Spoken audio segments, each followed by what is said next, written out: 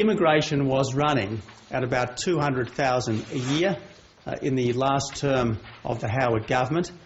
Under the Rudd-Gillard government, immigration has gone up to 300,000. We had 200,000, more or less, under the Howard government at the time of an unprecedented economic boom. Under the Rudd-Gillard government, we've had 300,000, notwithstanding the global financial crisis and the associated economic slowdown. 300,000 is just not sustainable. Immigration at this rate is just not sustainable.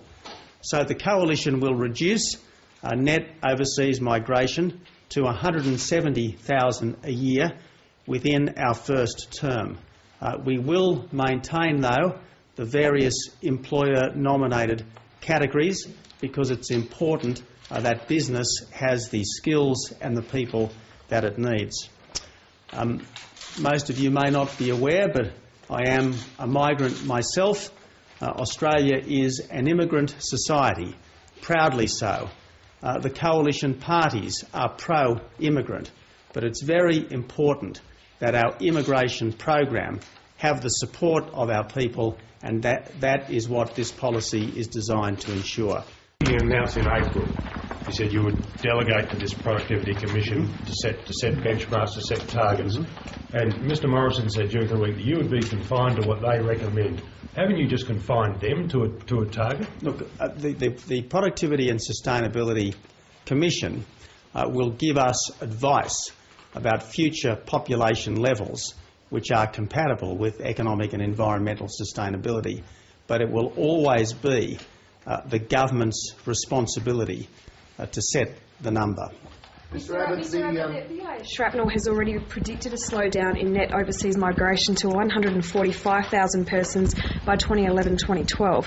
So are you saying that an Abbott government in your first term would actually have a larger net overseas migration than a Gillard government? No, I'm saying absolutely not. I mean, the interesting thing about the Prime Minister last week was that she was very, very keen to talk about population, but not honest about the role of immigration in population. Now, you cannot have a population discussion without also having an immigration discussion, and you can't say you are against a big Australia without also discussing the immigration rate. So what we're announcing today is a demonstration that we are fair income, that we will back up our talk with appropriate policy. That's what we're doing. What's the difference between your policy and Labor's policy? I mean, BIS Shrapnel is forecasting 145,000 by 2011-12.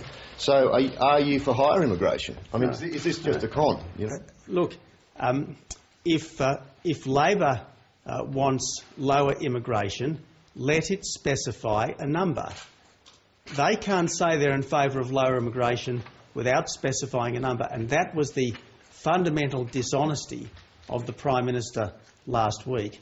She said she wanted to dramatically reduce population growth without having the guts to talk about immigration numbers. Now, if she doesn't like our number, she should say so.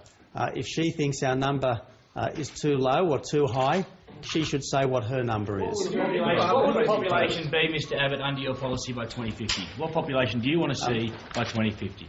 Alex, it would be a lot lower than the 36 million nominated by Kevin Rudd as his big Australia and supported at the time by Julia Gillard as Deputy Prime Minister. What program will you cut to make your quota? Well, as Scott said, we would be guided, not ruled, but guided by a white paper which we would commission shortly after coming to government, and which would inform decisions that would be announced at budget time next year. What we won't cut, though, are the various employer-nominated categories, because we do need skills. Business does need to continue to grow, and it's very important that we don't put any obstacles in the way of growing business. You're saying the family reunion program, and if so, why shouldn't Australians be allowed to bring relatives out to Australia? Well, again, those sorts of specific details can only be decided in government, and they would be informed by a white paper process.